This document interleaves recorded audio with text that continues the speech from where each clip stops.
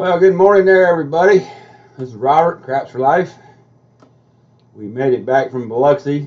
Had a little 3-day run down there. And I just wanted to do a little recap of the casinos down there in Biloxi. And sort of, if anybody's headed that way, so you kind of know what's going on. We had a great time. We left Tuesday and we got back late last night. We had a ball. We didn't win a lot of money, but hey, that's, those places aren't built on winners, so you're going to lose every now and then. But we did do all right. I know I got plenty of comps for the next time I go down. As far as the casinos go, everything is masks. You got to wear a mask. We stayed at the Island View Casino and Resort in Gulfport, Mississippi, which is about 9 miles south of Biloxi, right on Highway 90. Fabulous place to stay. It's got 2 casinos. It's got a beachside casino, and then it's got the inland side. It's got a big walkway that goes across it. To get to each casino. The beach side is a smoke-free casino. And then the other side is, anything goes. But pretty much all the table games, early morning, $5 at the Island View. Afternoons, they go up to $10 tables, craps tables, blackjack, all of them, everything goes to $10. They had, the normal blackjack, $5, $10, and $25 tables. But first day down there, I did pretty well. I posted that on my last video. And then we played around a little bit, but it was really hard to get on the craps table after 9:30, 10 o'clock in the morning. It was packed out. I was really shocked. And they only had one table open, one craps table open at the Island View. And I guess the first night when we got there Tuesday afternoon, and I got lucky and got my spot. I only shoot from stick level 1. And I got my spot, and I did pretty good with it. But it was kind of a bouncy table, and I don't like playing on a bouncy table. So the next day, and that was one of my first sessions. I only got to play 5 sessions the whole time I was down there. The biggest part of the reason is it was a real bouncy table. I didn't play on it, or if it was if I couldn't get on stick left 1, I wouldn't play on it. There were some other spots open on tables, on the ends or whatever, but that's just not me. If I can't get my spot where I can throw, then I don't play. But anyway, day 2, we went. Wife and I went down to the Palace Casino, and we got there. I don't know, about 9:30, 10 o'clock in the morning. I got on the table. They only had one table open because they have that virtual table there, that glass top table thing. And that sucker was packed out. I mean, everybody was on it. So I got on their craps table there, and there was only 3 of us on the craps table playing, and I did pretty well there. Ended up cashing out for a couple $100. I only got to shoot the dice 2 times on that table, and no,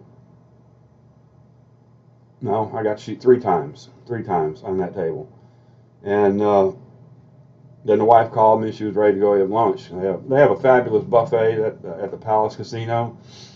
And also, that's a totally smoke-free casino.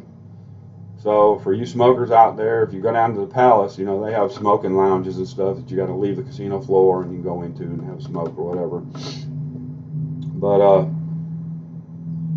I was on the table for maybe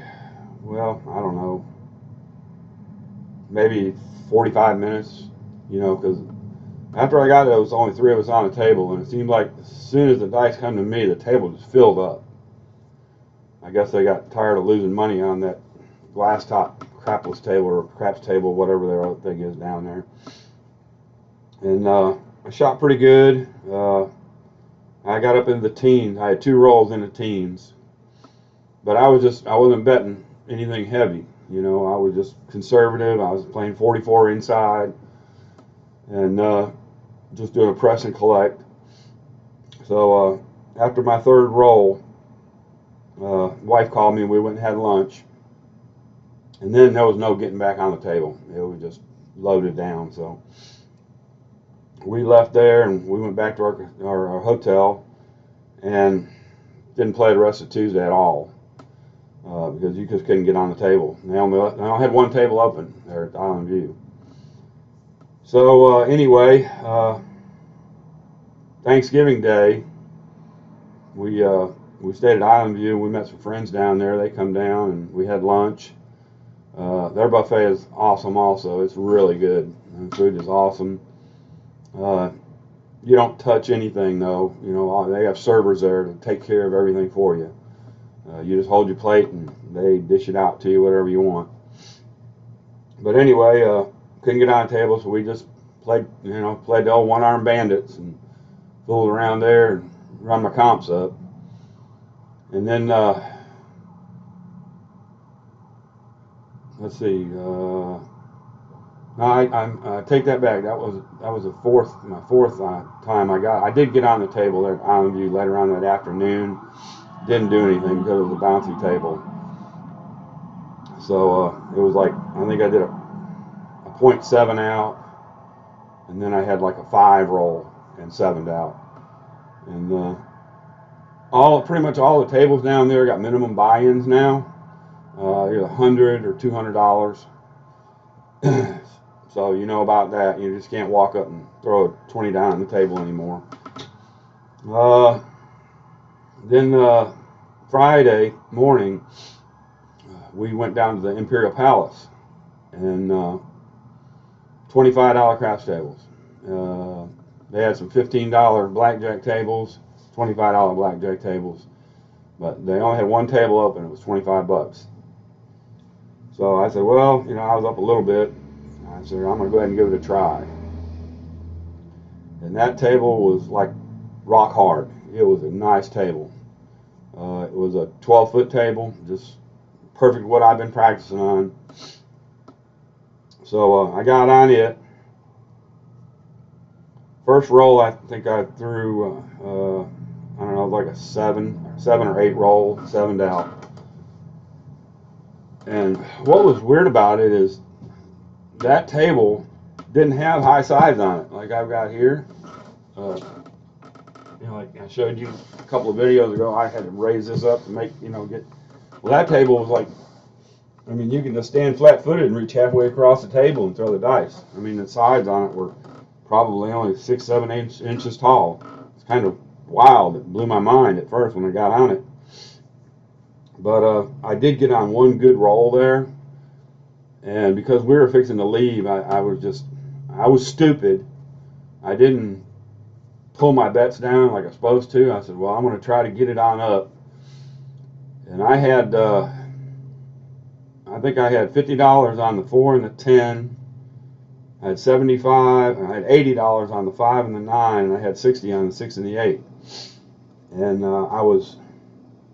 I needed an AC deuce, I needed a 3, and I needed a 9 to hit my all tall small there. And I had a 10-5-10 on it. And there was only 3 of us on the table playing. And there was one guy to my left on the hook, and then one guy down the end, he was off to the left, so I had a clear shooting lane. Well, this guy walked up. I guess he had just left a blackjack table or whatever, and he come up and just right in the middle of the roll threw a bunch of money down on the table. He laid down like $50 on the pass line and like $100 behind, right in the middle of my shooting lane. I mean, dead in the middle where I was shooting.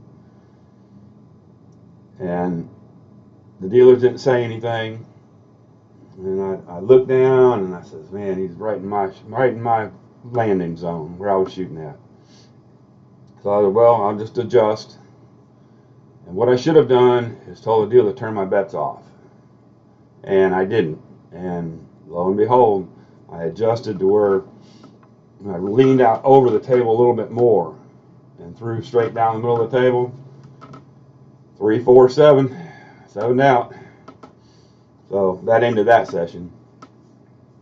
But anyway, but other than that, I'm gonna probably make a video or two. I ordered an all new tablecloth. I mean, a new microfiber bed and everything for my table here, and I'm gonna get this thing set up just like it is there at the IP, because I really like playing on that rock hard table. I mean, the dice really were flying good, and you know, they were landing good, and I'm just going to completely stay away from any bouncy tables I get to anymore.